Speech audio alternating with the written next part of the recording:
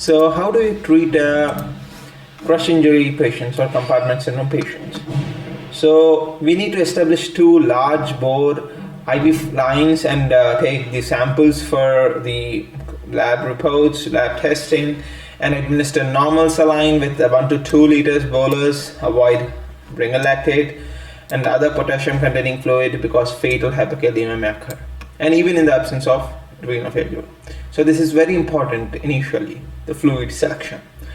Now the IV fluid is set at a rate of 1000 ml per hour and then reduced to 500 ml per hour after 2 hours.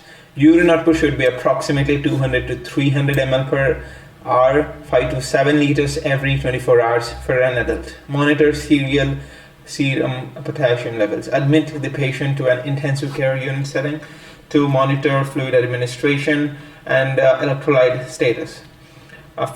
Now the other thing is the fasciotomy. In reports of mass casualty from earthquakes, most of the fasciotomy procedures were performed more than 12 hours after the time of trauma. Reviews of these cases showed high infection rate with increased mortality, amputation, and poor long-term outcomes.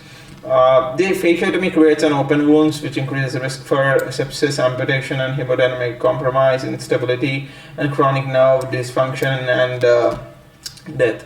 Most recommendations discourage the use of routine fasciotomy, particularly for the crushing wounds, and fasciotomy is only indicated for the absence of distal purges.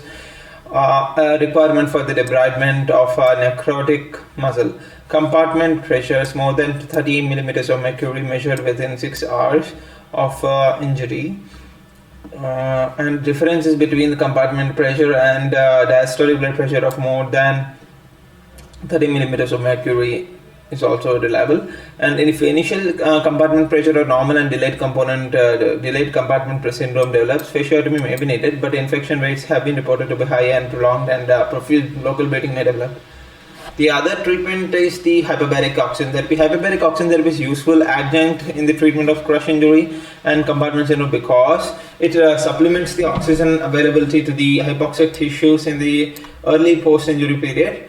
With the hyperbaric oxygen therapy at 2 atmospheres, the blood oxygen content carried by the hemoglobin in the plasma is increased by 125%.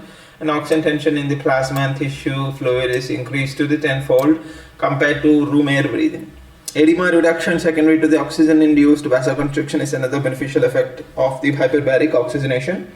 Hyperbaric oxygenation reduces blood flow by 10 to 20%, thereby reducing tissue edema caused by the blood flow, but oxygen delivery to the tissues is increased because of higher tissue oxygen tensions. The immediate effects of the hyperbaric effects are threefold. Like it enhances the oxygen at tissue level, and it increases oxygen delivery per unit of blood flow, and edema reduction is also seen. So there is oxygen at tissue level, increased delivery oxygen per unit of blood flow, and also edema reduction is also seen. So long-term effects may include improved wound care, repair after fasciotomy, diminished infection rates, and improved outcome of skin grafts.